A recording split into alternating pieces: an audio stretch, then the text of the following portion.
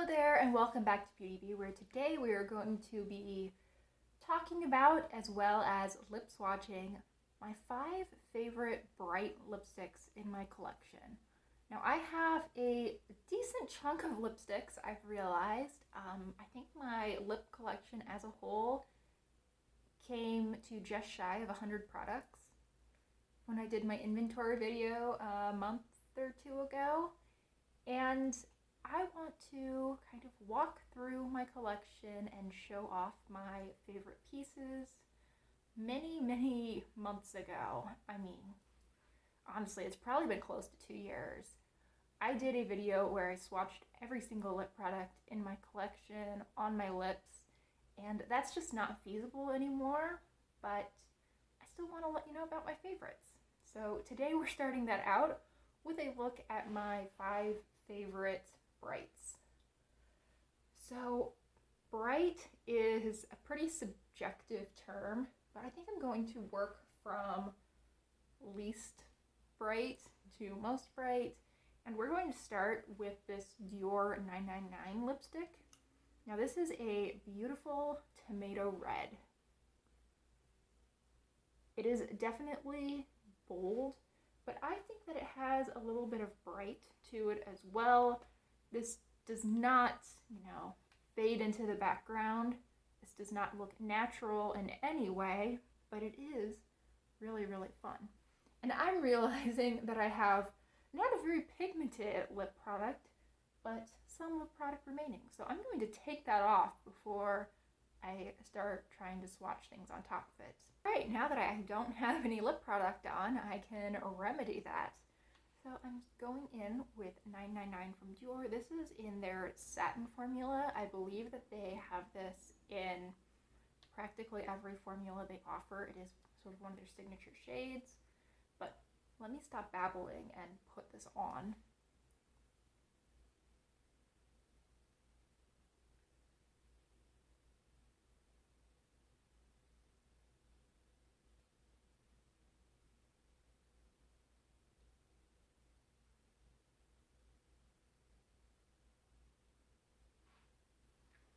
Alright, just fair warning, the lip swatches in this video are not going to be the neatest out there. Pretty much all of these shades are ones that I would generally wear a lip liner with, but for the sake of this video, we're not dealing with that. This has a beautiful scent to it.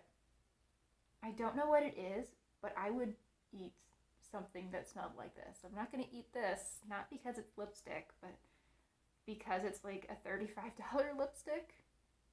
And that would be an expensive and probably not very tasty snack, but it's beautiful. The packaging is very nice. This is refillable, and you do get a little bit of a price cut on the refills, and I would actually consider doing that once I run out of this. I think this is a gorgeous color. It is bold, but it's not obnoxious. I have definitely had reds in the past that were so bright that I felt like they were hard to wear. This has some brightness to it. It feels really appropriate for any season. It is strange because I feel like whenever I wear this, I feel like it is perfect for the season I am in, but I feel that way equally in summer as I do in winter.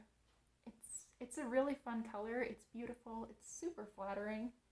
And you know what? I think I even managed to not get it on my teeth while I was talking about it. So, definitely a hit with me. Let's move on to our next lipstick.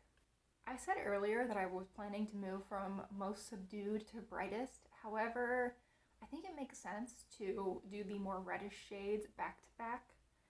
So this is from Revlon. This is Cherries in the Snow. It's one of their super lustrous lipsticks, and this is in the creme formula. Now I own several of these. I've actually panned a couple of them over the years. Not this particular shade, but these Revlon super lustrous lipsticks. Like the Dior, they have a really pleasant smell to them. I'm not sure what it's supposed to be. I'm sorry. I'm terrible at identifying scents in especially lip products. But this looks very red in the tube. I think you will see though. Actually, let's start with a hand swatch. When you look at it against the Dior, it is absolutely a pink. On my lips, I feel like it really straddles the line between red and pink, which, let me show you that.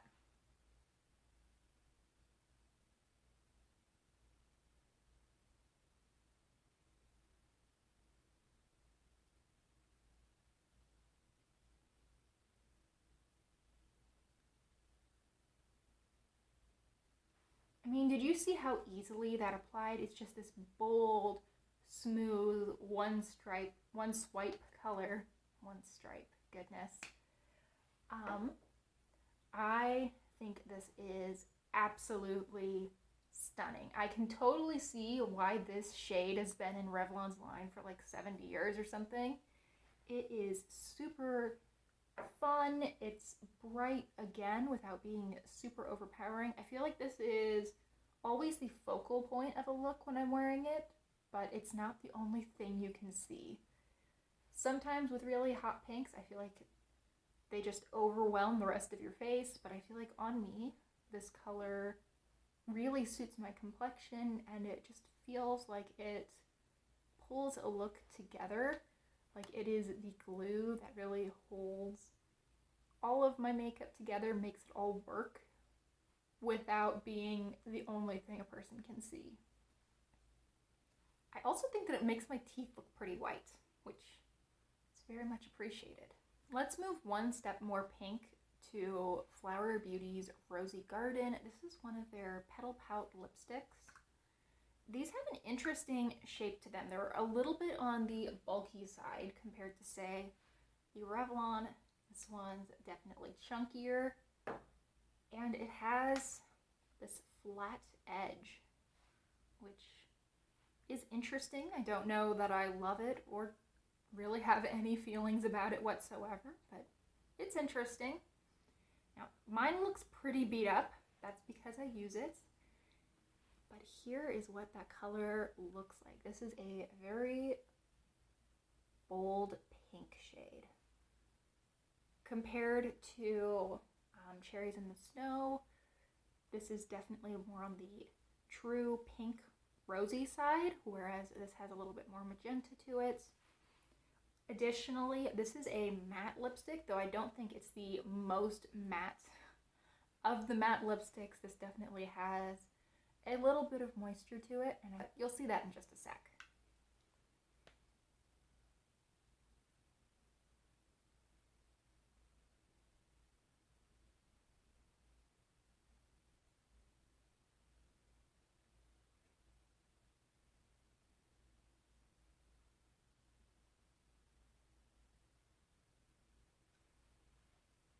So, yeah, definitely not the most matte lipstick that I have ever worn, but I appreciate that. The most matte lipsticks that I've ever worn have definitely been on the uncomfortable side.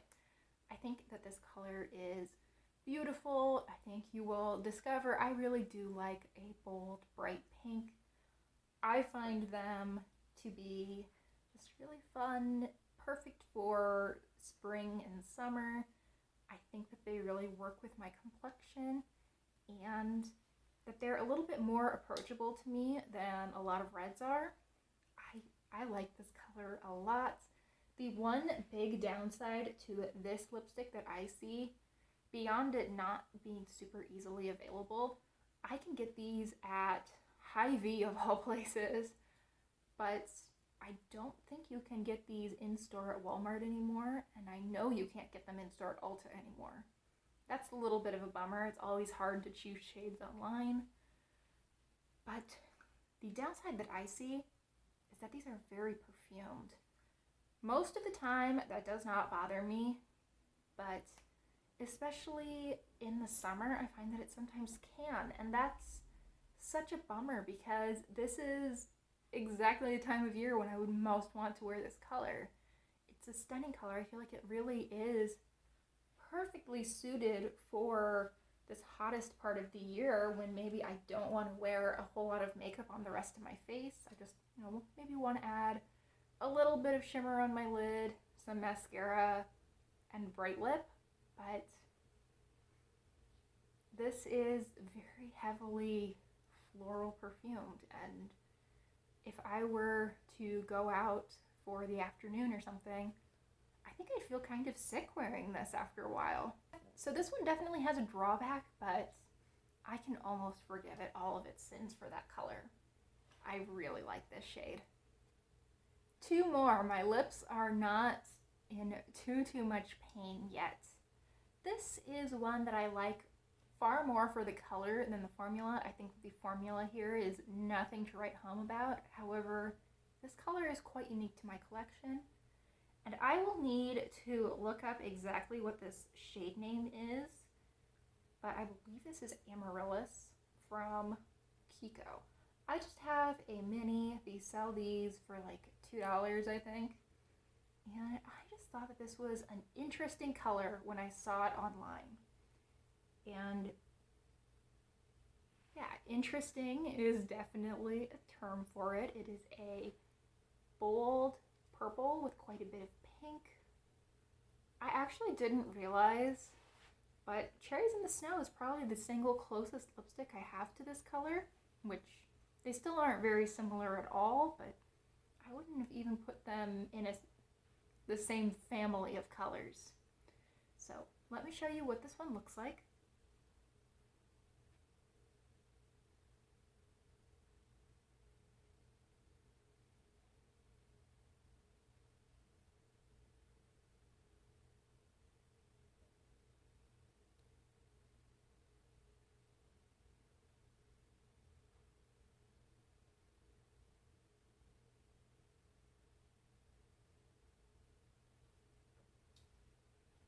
Now, while the other lipsticks that we've looked at so far today have all had really nice, smooth formulas, I think you can tell that there is a little bit of uneven color here.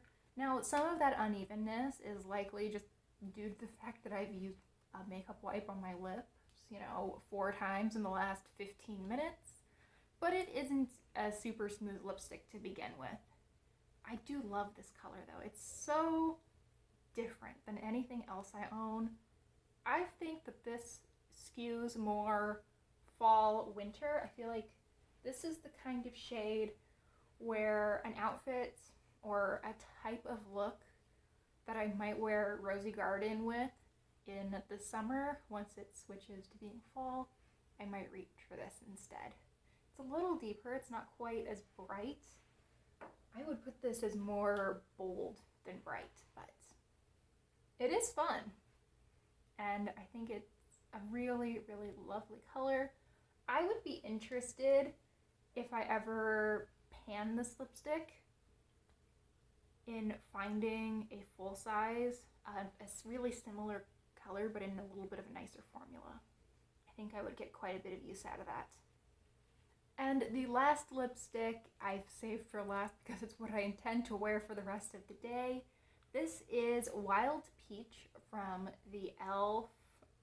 Sheer Slick line. Now, unlike the rest of these, this is a sheer lipstick. There is no way around that. That's not true of all of the shades in this line. I have 2 other ones that I feel the Sheer Slick label is a little bit misleading, but it really does suit this one nicely. Let me apply it. I feel like it looks a little bit brighter on my lips, well, at least my general lips. My post trying on some of my brightest lipstick stained lips, we'll have to see.